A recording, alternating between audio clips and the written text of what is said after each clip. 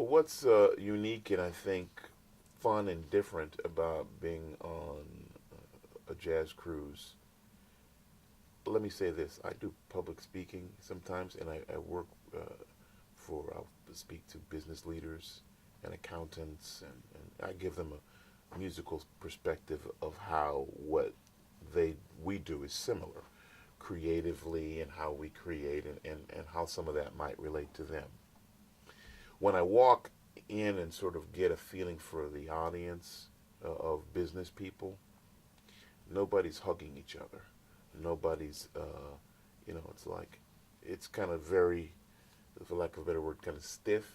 And that's the difference. If people were to come to work like jazz musicians, as I walk along the hall here, I'm hugging everybody. And I'm kissing them, and it's memories that are made up of being on the bandstand with people. And if it's not that, it's an admiration of somebody. I saw Arturo Sandoval for the first time since 1996 or something. And we toured Japan together and did a whole bunch of other gigs. But it was like just a continuation of a concert of the last concert we did, and we hit the same jokes that we always hit.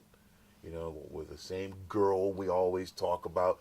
We talk about that girl that we saw in Japan that had that walk, and all the conversations are just take off from where they. So, to me, it's almost like family. So that's the unique part of a jazz cruise, or I must say any jazz gig. And for me, I can't wait to go to work. And I probably shouldn't say this, but I feel guilty taking the money but I do take it. I want you to know, but I feel guilty because it's so much fun. And I don't want my wife to hear that. Honey, the cruise is horrible, and my room is really small, and it's been raining the whole time, and I can't wait to get back home. No, that's not true.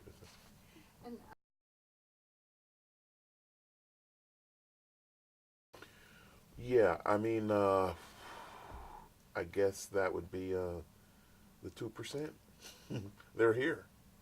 Um,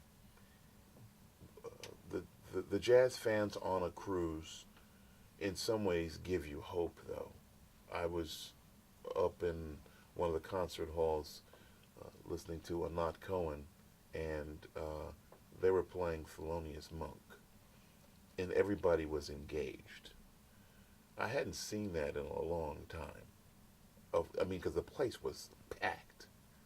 Um, and what's difficult as a jazz musician is you realize early on that image is short term and that great art is long term. That's why Miles Davis's record "A Kind of Blue" still sells 5,000 copies a month, because it's true art and has longevity. And so sometimes what we see in audiences, even jazz audiences, is they want to latch on to the latest, whatever the newest little thing is going on. So and that's very important too. Our young artist is very important. So we continue the music, but it's just great to hear somebody play Monk or some music that you don't hear a lot and see like 300 people totally engaged on that stage, and they're not watching somebody dance. They're watching somebody play jazz.